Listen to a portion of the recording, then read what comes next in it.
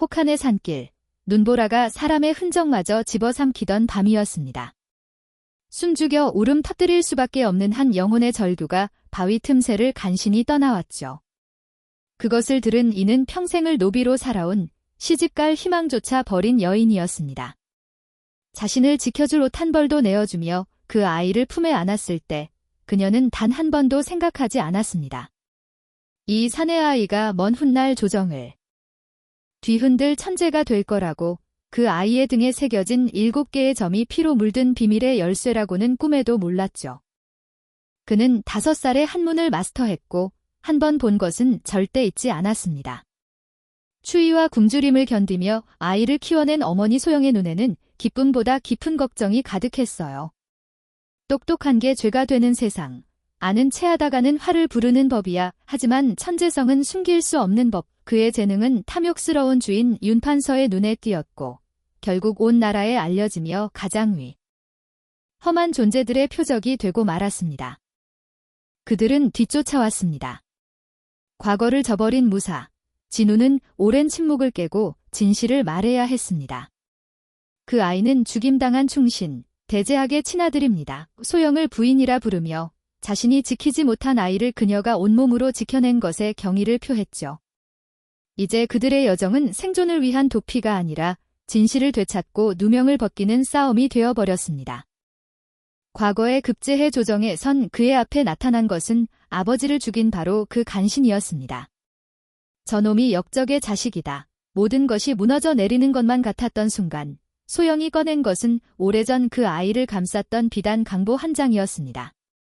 그 안에 숨겨진 선왕의 친필 밀서가 모든 진실을 뒤집는 열쇠가 되었죠. 피보다 진한 정, 기적 같은 구원, 그리고 엄청난 반전. 눈보라 속에서 시작된 한 아이의 삶이 어떻게 조선 최고의 충신이 되고 그를 지켜낸 이들의 운명을 완전히 바꿀 수 있었을까요? 버려진 신동의 목숨을 건 성장기, 그리고 그를 둘러싼 두 남녀의 지켜주고 지켜지는 감동 스토리가 지금 시작됩니다. 노처녀 여종이 눈보라치는 바위 틈에서 비단 강보에 쌓인 아기를 주워왔습니다. 헌데 이 아기는 그냥 아기가 아닙니다. 5살의 양반도 못 읽는 어려운 한자를 척척 알아맞히고 한 번 본 글자는 절대 잊지 않는 천재 신동이었던 것이지요. 피 한 방울 섞이지 않은 남의 자식을 위해 헌신한 바보 같은 어머니. 과연 그녀는 이 천재 아들을 무사히 지켜낼 수 있을까요? 옛날 옛적 깊은 산골에 소영이라는 여종이 살고 있었습니다. 동짓날 사르에는 칼바람이 불던 어느 날이었습니다. 소영은 쌓인 눈을 헤치며 얼음감을 구하러 산으로 올라갔지요. 그런데 커다란 바위 틈에서 희미한 울음소리가 들려왔습니다. 소영은 가슴이 철렁 내려앉았습니다. 바위 틈을 들여다보니 비단 강보에 쌓인 갓난아이가 파랗게 질린 채 간절하게 울고 있었습니다. 누군가 이 아기를 급히 숨겨둔 듯 했습니다. 아이고, 이를 어째. 이 추위에 어찌 이런 일이. 소영은 주저없이 자신이 입고 있던 유일한 손바지 저고리를 벗어 아기를 감쌌습니다. 얇은 속적삼 한 장 걸친 몸으로 칼바람을 맞으며 소영은 아기를 품에 꼭 안고 산을 내려왔습니다. 살이 찢어지는 듯한 추위였지만 소영의 발걸음은 한치도 멈추지 않았습니다. 집으로 돌아온 소영은 황급히 아기를 숨길 곳을 찾았습니다. 사랑채에는 들여놓을 수가 없었습니다. 주인 윤판서가 알면 당장 내다버리라 호통칠 것이 뻔했기 때문이지요. 소영은 뒷마당 헛간으로 달려갔습니다. 울면 안 된다. 조용히만 있거라. 소영은 자신의 몸을 웅크려 아기를 꼭 안아주었습니다. 군불조차 피울 수 없는 고디였기에 밤마다 아기를 품속 깊이 안아 체온을 나누어 주었지요. 두터운 옷으로 아기를 꽁꽁 감싸고 자신은 야른 옷으로 추위를 견뎠습니다. 소영의 등은 얼음장처럼 차가워졌지만 품속의 아기만큼은 따뜻하게 지켜냈습니다. 아기의 강보를 빨아야 할 때면 더욱 고된 일이었습니다. 얼음장 같은 개울물에 손을 담그면 살이 찢어지는 듯 했습니다. 한때 고왔던 소영의 손등은 거북이 등껍질처럼 터지고 갈라져 피가 맺혔지요. 그러나 소영은 한 번도 후회하지 않았습니다. 오히려 아기를 내려다보며 환하게 웃었습니다. 내 팔자가 사나워 서방복도 자식복도 없더니 내가 내 복덩이로구나. 오소영은 아기에게 현서라는 안명을 지어 주었습니다. 현명하고 넓을서 빛날 현자를 썼지요. 봄이 찾아올 무렵 현서는 제법 살이 오르고 목소리도 우렁차졌습니다. 어느 날 아침 현서의 울음소리가 헛간을 넘어 담장까지 퍼져나갔습니다. 마침 사랑채를 거닐던 윤판서의 귀에 그 소리가 들어갔지요. 저게 무슨 소리냐? 집안의 아기 울음소리가 웬일이냐? 윤판서는 노발대발하며 하인들을 시켜 뒤를 뒤졌습니다. 곧 헛간에 숨어있던 소영과 현서가 발각되고 말았지요. 소영은 마당으로 끌려 나왔습니다. 윤판서는 멍석마리를 준비하라 호통치며 소영의 얼굴을 내려다보았습니다. 밥맛 떨어지게 생긴 계집이 어디서 근본 없는 씨앗을 들여왔느냐. 윤판서는 소영의 하얗고 둥근 얼굴을 두고 늘 비아냥거렸습니다. 소영은 떨리는 목소리로 용서를 빌었습니다. 하지만 윤판서는 귀를 막고 매를 들라 명했습니다. 소영은 멍석마리를 당하기 직전 윤판서의 바지가랑이를 붙들고 조아렸습니다. 대감마님, 목숨만 살려주십시오. 제 끼니의 절반을 덜어 먹이겠습니다. 윤판서가 발길질을 하려 했지만 소영은 놓지 않았습니다. 3년만 키우면 소처럼 부려먹을 머슴 하나가 거저 생기는 것이옵니다. 대감마님께서 밥 한 톨 더 드실 일도 없고 오히려 일손이 늘어나는 것이옵니다. 윤판서의 눈빛이 흔들렸습니다. 원래 인색하고 구두쇠로 소문난 그였습니다. 공짜로 머슴 하나를 얻을 수 있다는 말에 솔깃해진 것이지요. 정말 내 밥을 덜어 먹일 수 있겠느냐? 곶간에 쌀 한 톨도 쓰지 않고? 그러하옵니다. 소인의 몸이 보리밥반 공기로도 버틸 수 있사옵니다. 윤판서는 잠시 생각하더니 혀를 차며 말했습니다. 좋다. 허나 만약 곶간의 식량을 훔쳐 먹이는 걸 들키는 날은 너와 그 아이를 함께 내다버릴 줄 알아라. 소영은 땅바닥에 이마를 짚으며 연신 감사를 표했습니다. 그날부터 소영의 고된 삶이 시작되었습니다. 아침 일찍 일어나 우물을 길어 나르고 빨래를 하고 밥을 짓고 마당을 쓸었습니다. 온종일 쉴 틈 없이. 이랬지만 소영에게 주어지는 밥은 하루 반 공기뿐이었지요. 그나마도 소영은 자신의 입에 넣지 않았습니다. 보리밥을 입에 넣어 꼭꼭 씹은 다음 현서의 입에 넣어 주었습니다. 현서가 배부르게 먹고 나면 소영은 숭늉으로 배를 채웠지요.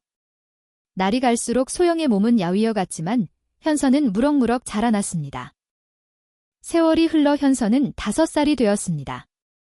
약속대로 마당을 쓸고 달치는 꼬마 일꾼이 되었지요.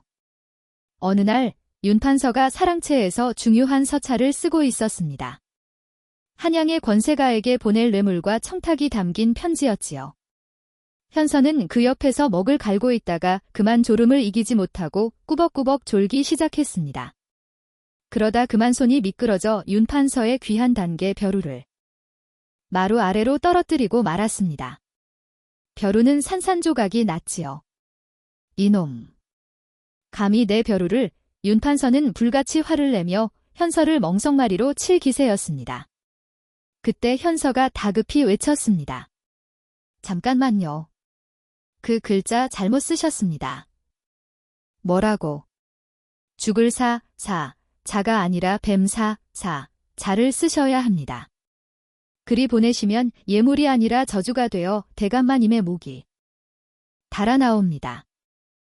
윤판서는 화들짝 놀라 자신이 쓴 글자를 들여다보았습니다. 과연 현서의 말이 맞았습니다.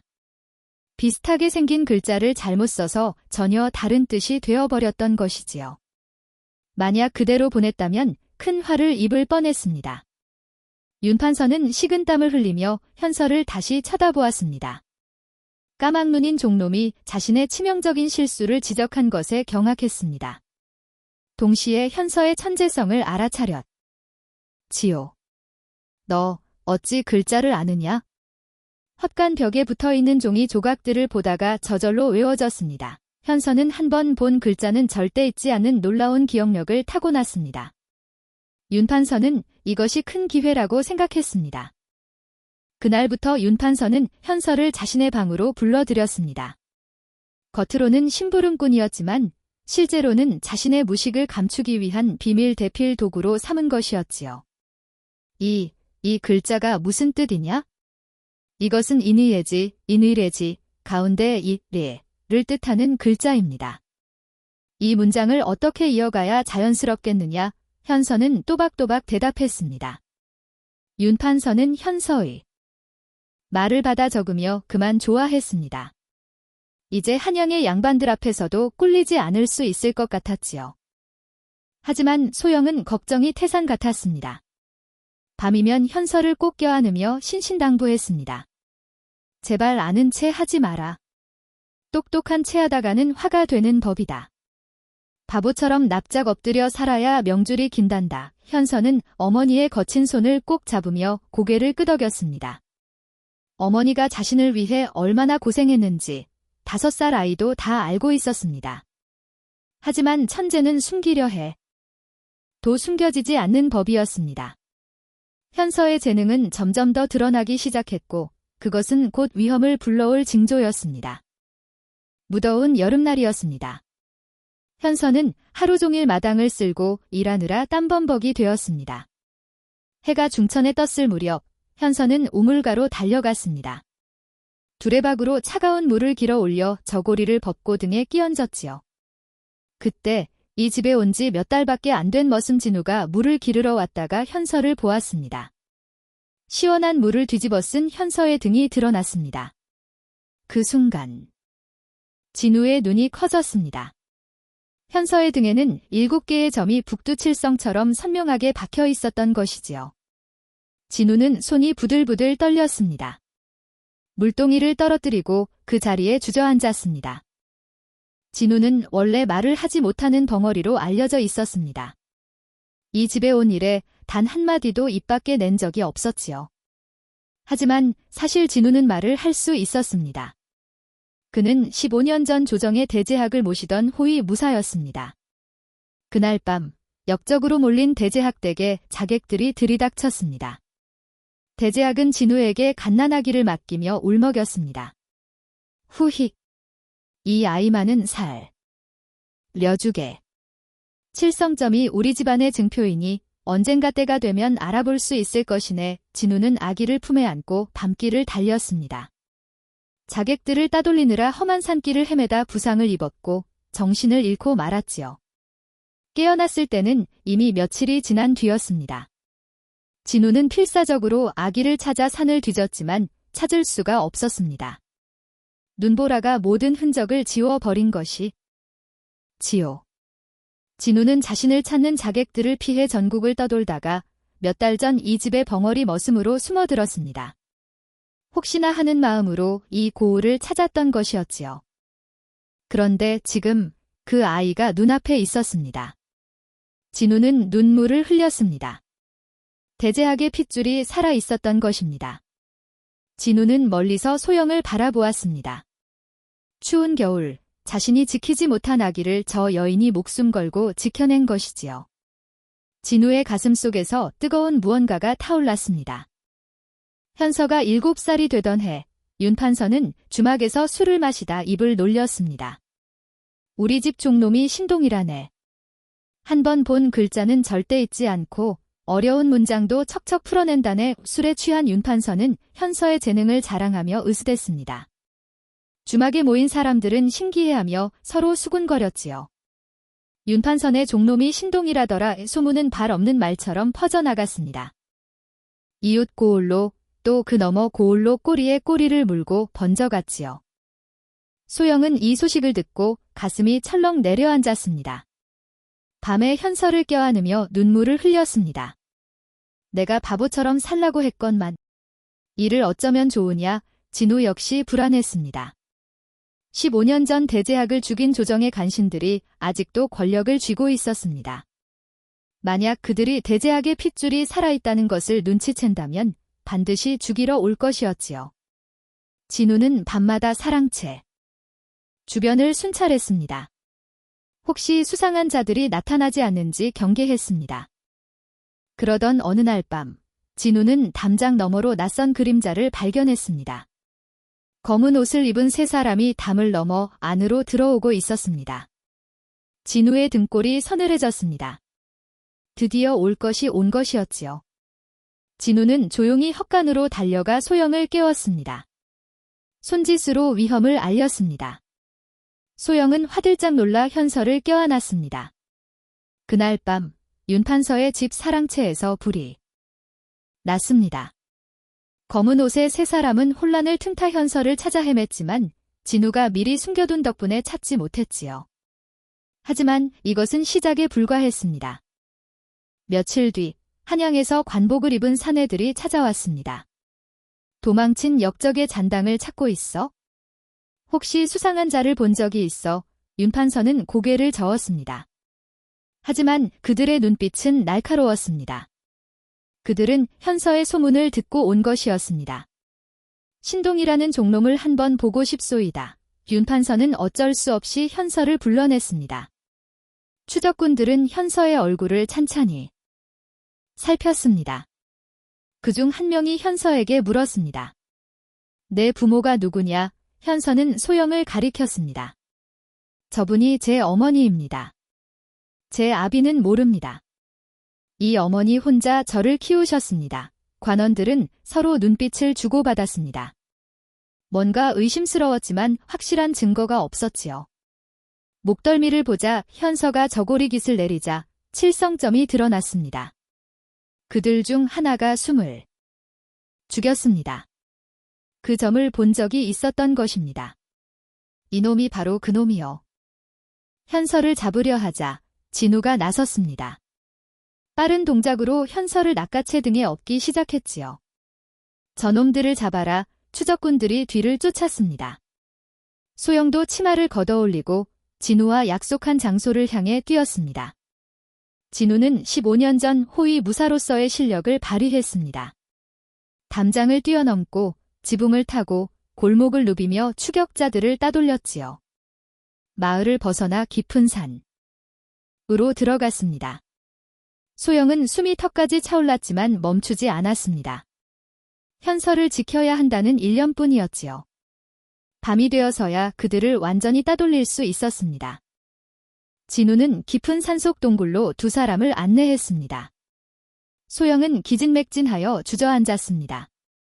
현서는 어머니의 품에 안겨 눈물을 흘렸습니다. 동굴 안에서 하룻밤을 보낸 뒤 진우가 입을 열었습니다. 소영은 깜짝 놀랐습니다. 벙어리인 줄만 알았던 진우가 말을 한 것이었지요. 부인, 떠나야 합니다. 이 아이는 귀하신 분입니다. 진우는 15년 전의 일을 모두 이야기했습니다. 대제학이 역적으로 몰려 죽임을 당한 것, 갓난 아기를 데리고 도망쳤다가 잃어버린 것, 그리고 그 아이가 바로 현서라는 것까지 말이지요. 소영은 눈물을 흘렸습니다. 자신이 주운 아이가 그런 귀한 핏줄인 줄 몰랐습니다. 동시에 가슴이 미어졌습니다. 이제 현서를 빼앗길까 봐 두려웠던 것이지요. 진우가 소영의 손을 잡았습니다. 부인께서 이 아이의 진짜 어머니이십니다. 목숨 걸고 지켜주신 은혜는 하늘도 아실 것입니다. 소영은 진우의 손을 꼭 잡았습니다. 거칠고 투박한 손이었지만 그 어느 때보다 든든했습니다. 저는 이 아이와 부인을 목숨 걸고 지키겠습니다. 제가 한때 무인이었으니 두 분을 지킬 힘은 있습니다. 진우는 소영을 부인이라 불렀으니 다 소영은 평생 누구에게도 그런 대접을 받아본 적이 없었습니다. 가슴 한구석이 뜨거워졌지요. 현서가 두 사람을 번갈아 보며 말했습니다. 어머니, 이제 진우 아저씨가 우리 아버지가 되는 거예요. 소영은 얼굴이 붉어졌습니다.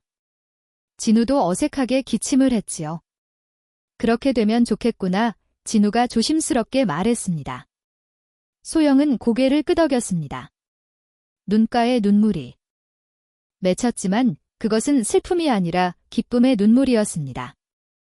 세 사람은 그날 밤 동굴 안에서 서로를 의지하며 잠들었습니다.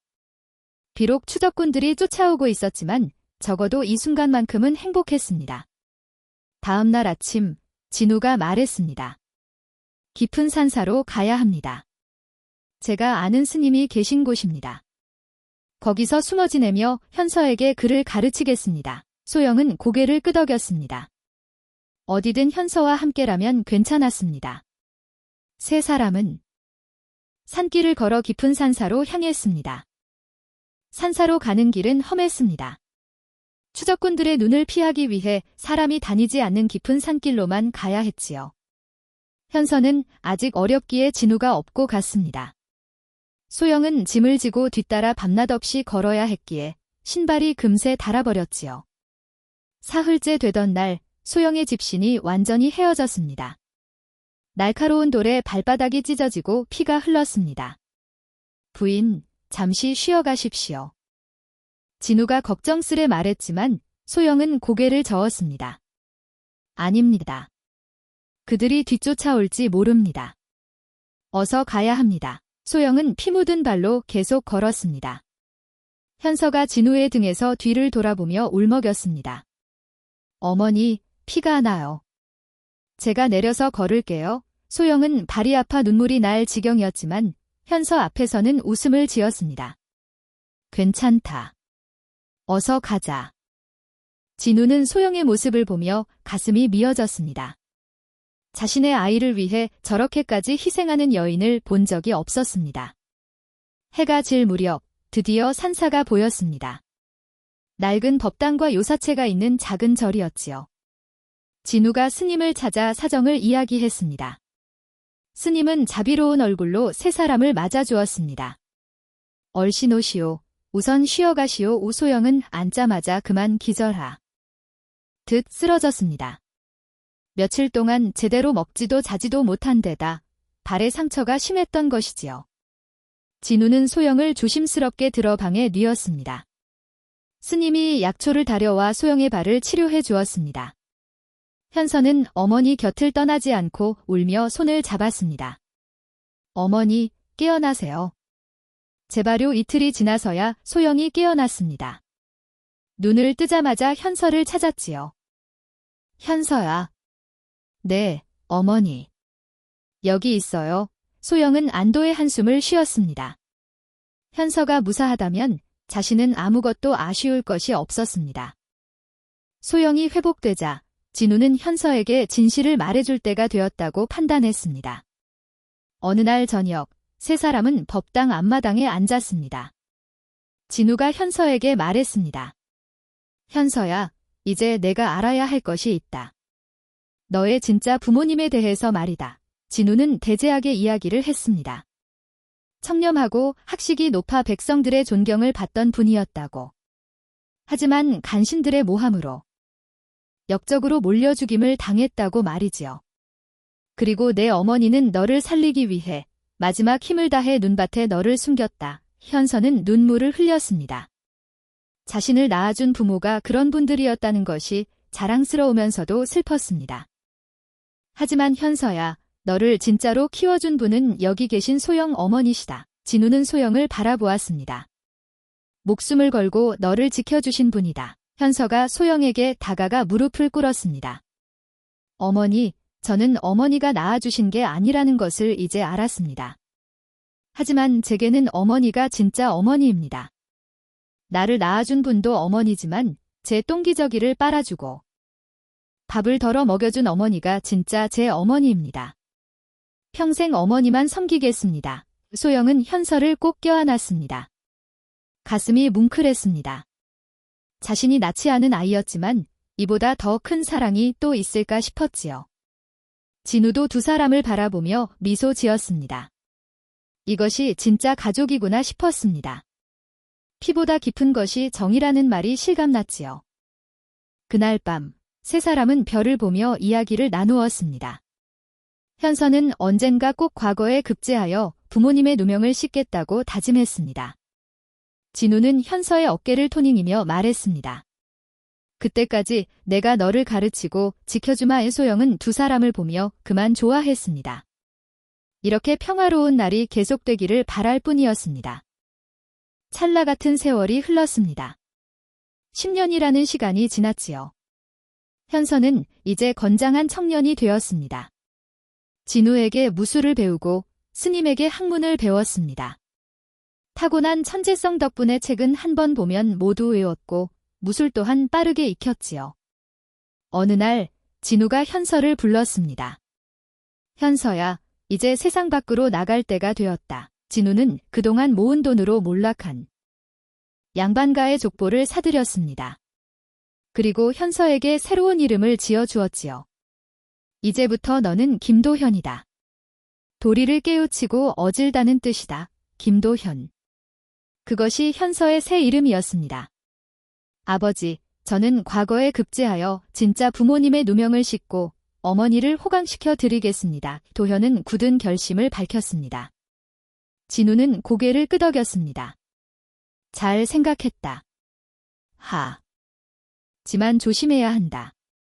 아직 조정에는 내 부모님을 죽인 간신들이 살아있다. 소영은 걱정스러운 얼굴로 도현을 바라보았습니다. 무리하지 마라. 내 목숨이 가장 소중하다. 도현은 어머니의 손을 잡았습니다. 어머니, 걱정 마세요. 제가 꼭 성공해서 어머니께 비단옷을 입혀드리겠습니다. 소영은 고개를 저었습니다. 비단옷 같은 건 필요 없다. 내가 무사하기만 하면 그것으로 족하다. 하지만 도현의 결심은 확고했습니다. 그는 날마다 글을 읽고 무술을 연마했습니다. 낮에는 사서삼경을 외우고 밤에는 칼을 휘둘렀지요. 진우는 도현의 모습을 보며 흐뭇했습니다. 대제학의 아들답게 학문도 뛰어나고 무인답게 기상도 당당했습니다. 드디어 과거 시험이 다가왔습니다. 도현은 한양으로 떠날 준비를 했습니다. 다녀오겠습니다. 어머니. 한양으로 향하는 길은 멀고 험했습니다. 도현은 며칠을 걸어 도성에 도착했습니다. 과거장은 온 나라의 수재들이 모인 곳이었습니다. 화려한 옷을 입은 양반 자제들이 거들먹거리며 자리를 잡았지요. 도현은 남루한 옷차림이었습니다. 주변 선비들이 코웃음을 쳤습니다. 저런 거지 같은 놈도 과거를 본단 말인가? 꼴을 보아하니 시골 출신이로군. 어디 글이나 제대로 읽을까? 도현은 아랑곳하지 않고 자리에 앉았습니다. 시험지가 나왔습니다. 시제는 묘하게도 까다로웠습니다. 조정의 비리를 비판하되 충심을 잃지 말라는 주제였지요. 많은 선비들이 붓을 들었다 놓기를 반복했습니다. 하지만 도현의 붓은 쉴 새 없이 움직였습니다. 머릿속에 있던 수많은 경서의 구절들이 물 흐르듯 쏟아져 나왔습니다. 도현은 조정의 간신들이 백성을 괴롭히는 현실을 신랄하게 비판했습니다. 동시에 임금을 향한 충심과 나라를 바로 세우겠다는 의지를 담았지요. 시관들이 도현의 답안지를 읽었습니다. 눈이 휘둥그레졌습니다. 이것 보게, 이 문장을 보게. 글씨도 뛰어나지만 내용이 정말 출중하네. 이런 인재가 있었다니. 시관들은 도현의 답안지에 높은 점수를 주었습니다. 며칠 뒤 발표가 났습니다. 장원급제 김도현. 도현의 이름이 방방곡곡에 울려 퍼졌습니다. 산골에서 온 가난한 선비가 장원급제를 한 것이었지요. 람들은 도현을 축하했습니다. 하지만 도현은 기쁨보다 걱정이 앞섰습니다. 자신의 이름이 널리 알려진 것이 오히려 위험할 수 있었습니다. 그의 예감은 틀리지 않았습니다. 장원급제 축하연회가 열린 날 조정의 간신이 도현을 유심히 살폈습니다. 저 얼굴 어디서 본 듯한데 간신은 15년 전 자신이 죽인 대제학을 떠올렸습니다. 도현의 얼굴이 대제학과 너무나 닮아 있었던 것이지요. 혹시 저놈이 간신의 얼굴이 굳어졌습니다. 역적의 씨를 남겨둘 수는 없었습니다.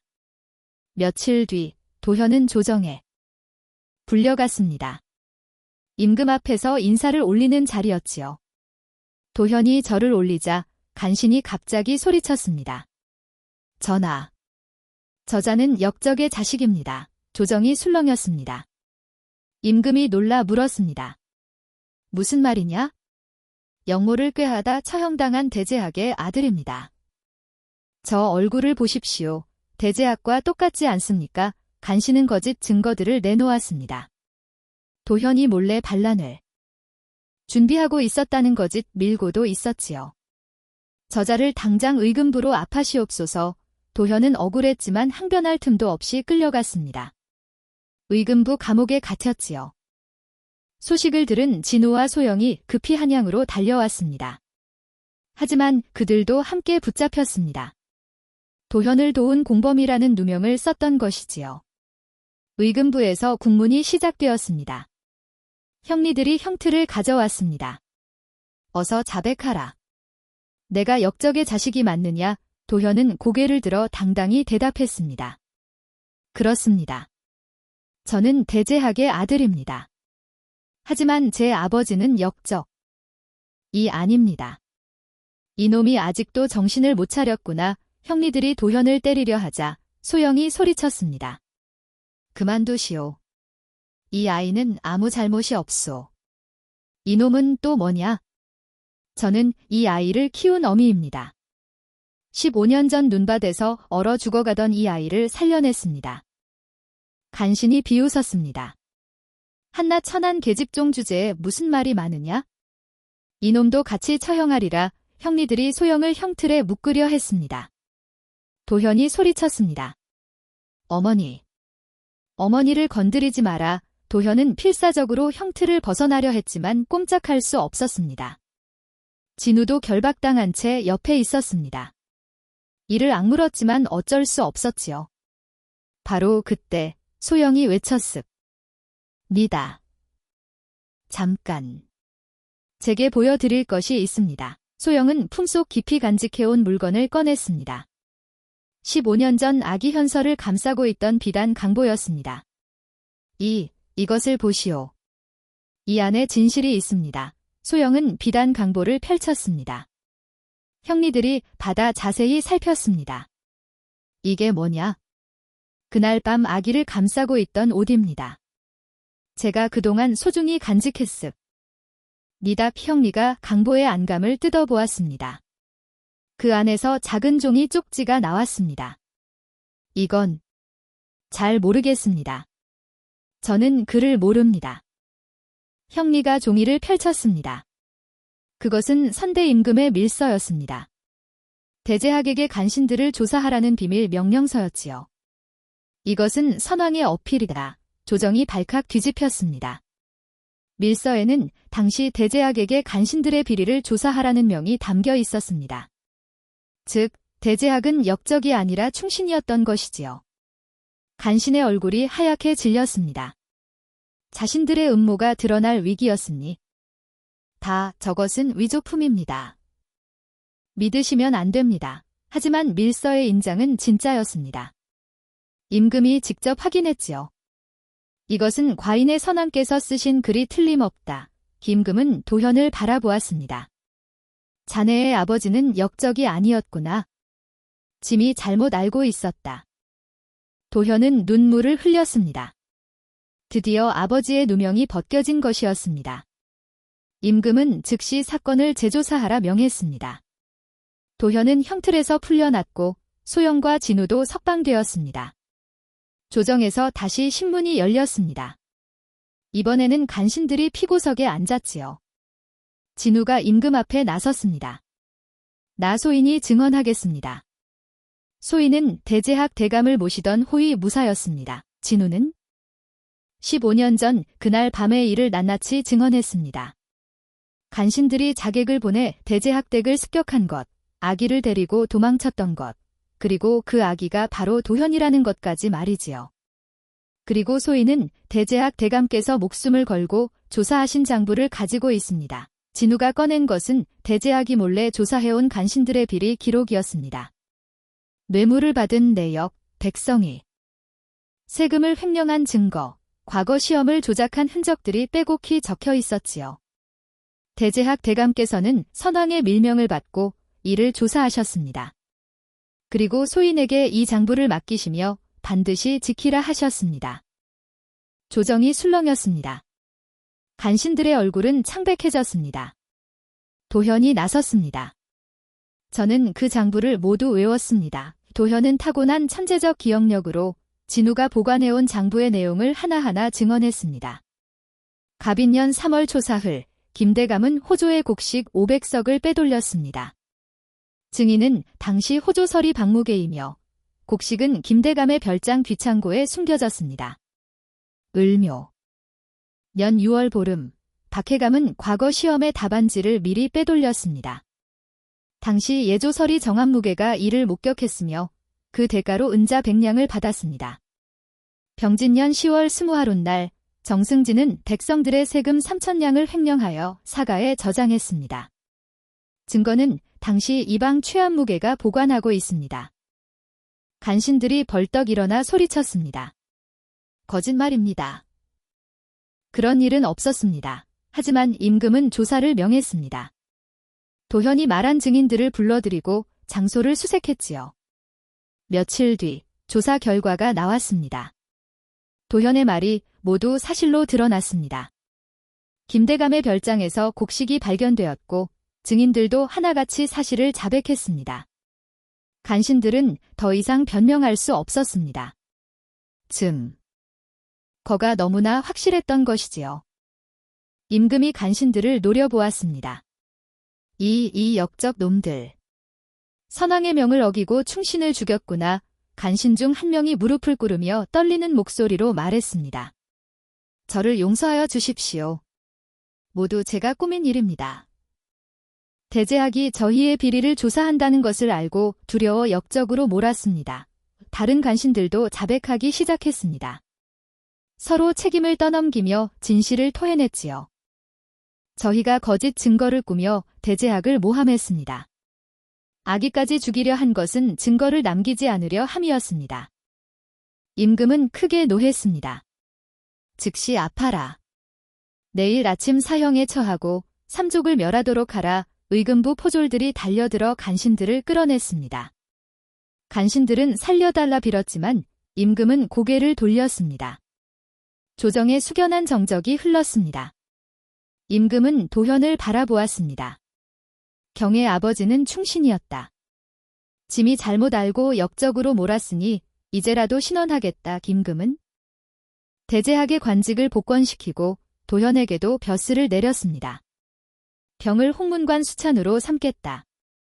아버지의 뜻을 이어 나라를 바로 세우는데 힘써주기 바란다. 도현은 눈물을 흘리며 절했습니다. 황송하옵니다. 전하.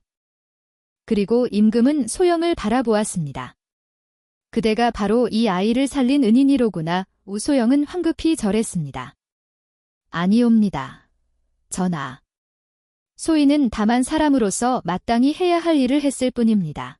김금은 소영의 말에 감동했습니다. 그대의 덕이 이 아이를 살렸고 충신의 누명을 벗겼다. 짐이 그대를 포상하겠다. 임금은 소영에게 면천을 내렸습니다. 노비의 신. 분에서 벗어나 양인이 된 것이지요.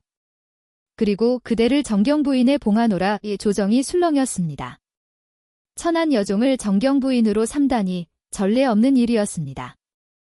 하지만 임금의 뜻은 확고했습니다. 그대는 목숨을 걸고 충신의 자식을 지켰다. 그보다 더 큰 공이 어디 있겠는가? 소영은 눈물을 흘렸습니다. 평생 천대받으며 살았던 자신이 이제 정경부인이 되다니 믿기지 않았습니다. 임금의 명에 따라 간신들은 처형되었습니다. 대제학의 가문도 복권되어 명예를 되찾았지요. 도현은 홍문관 수찬으로 임명되어 조정에서 일하게 되었습니다. 젊은 나이에 높은 벼슬을 받은 것이었지요. 소문은 빠르게 퍼져나갔습니다. 산골 고을에도 도현의 이야기가 전해졌습니다. 윤판서는 이 소식을 듣고 혼비백산했습니다. 뭐라고? 그 종놈이 벼슬아치가 되었다고. 윤판서는 자신이 저지른 일들이 떠올라 두려웠습니다. 도현을 학대하고 소영을 천대했던 일들이 하나하나 생각났지요. 며칠 뒤 관아의 포졸들이 윤판서의 집으로 찾아왔습니다. 윤아무개는 양인을 종으로 속여부리고 학대한 죄로 잡아들이라는 명을 받았다. 도현의 신분이 역적의 자식이 아니라 충신의 아들로 밝혀졌기에 윤판서가 양반과 자제를 종으로 부린 것은 큰 죄였습니다. 그리고 조정 대신의 혈육을 함부로 대한 죄, 정경부인을 천대한 죄도 함께 묻는다. 윤판서는 끌려가며 살려달라 빌었지만 포졸들은 듣는 척도 하지 않았습니다. 관아에서 곤장을 맞은 윤판서는 가산도 몽땅 정몰당했습니다. 화려했던 저택은 관아에서 빼앗아갔고 윤판서는 거지 신세가 되었지요. 얼마 뒤 도현이 산골 고을을 지나게 되었습니다.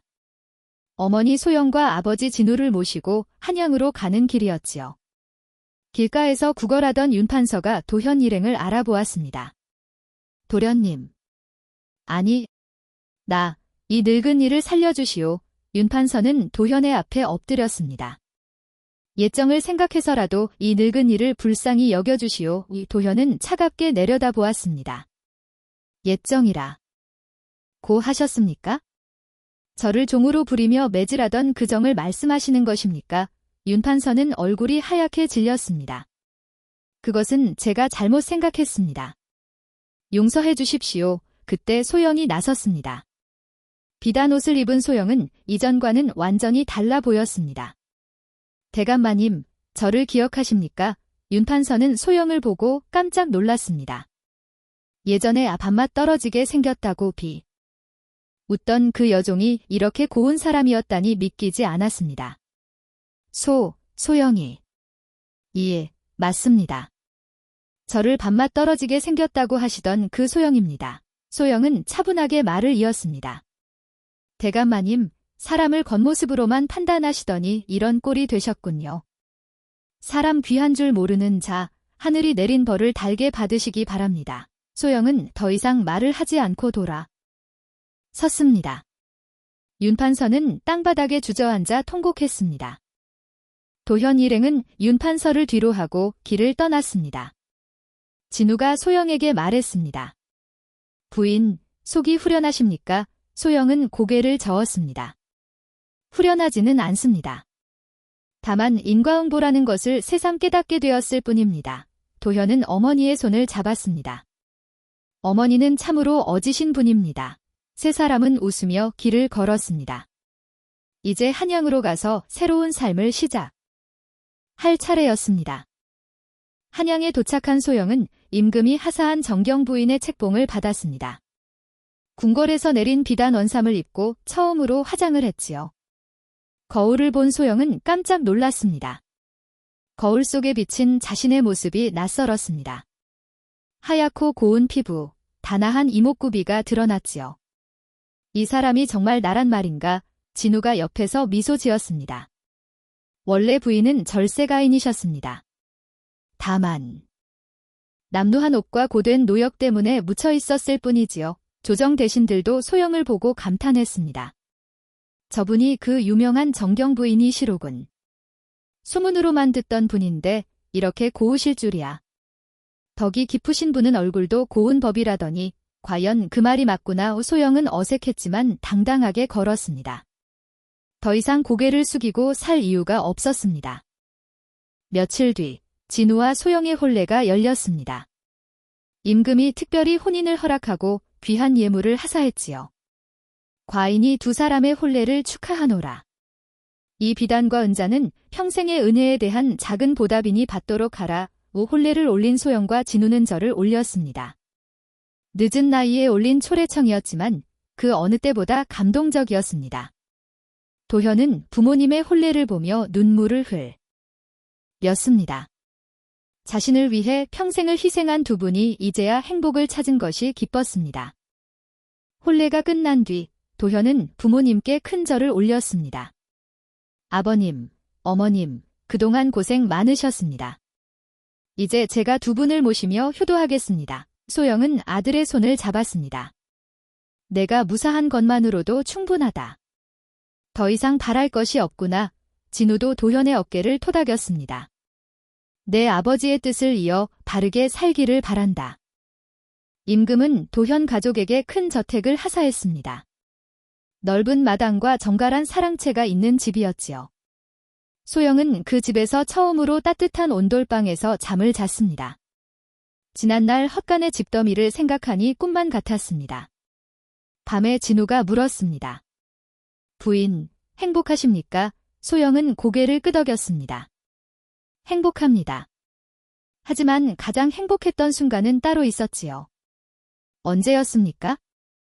눈밭에서 현서를 처음 안았을 때입니다. 그때 제 인생이 시작되었으니까요. 진우는 소영의 손을 잡았습니다. 두 사람은 달빛 가득한 뜰에서 오래도록 이야기를 나누었습니다.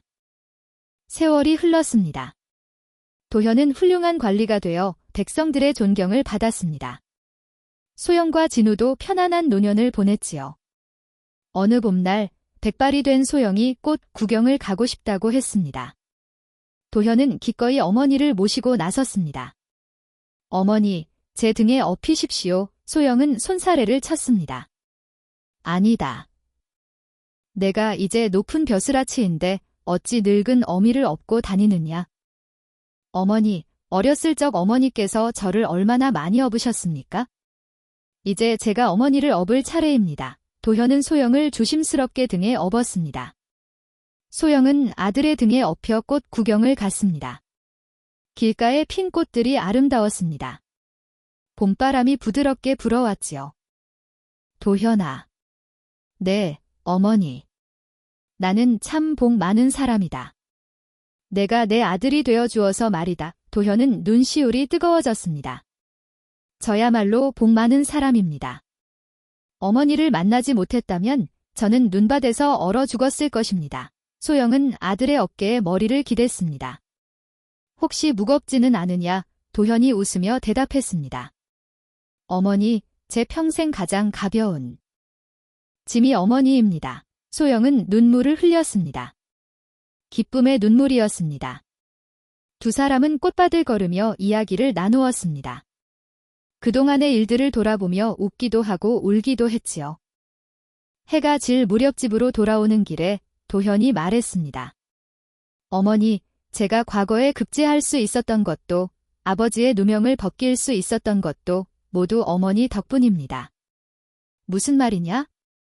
내 실력으로 이룬 것이지. 아닙니다. 어머니께서 저를 사랑으로 키워주셨기에 제가 바른 사람이 될 수 있었습니다.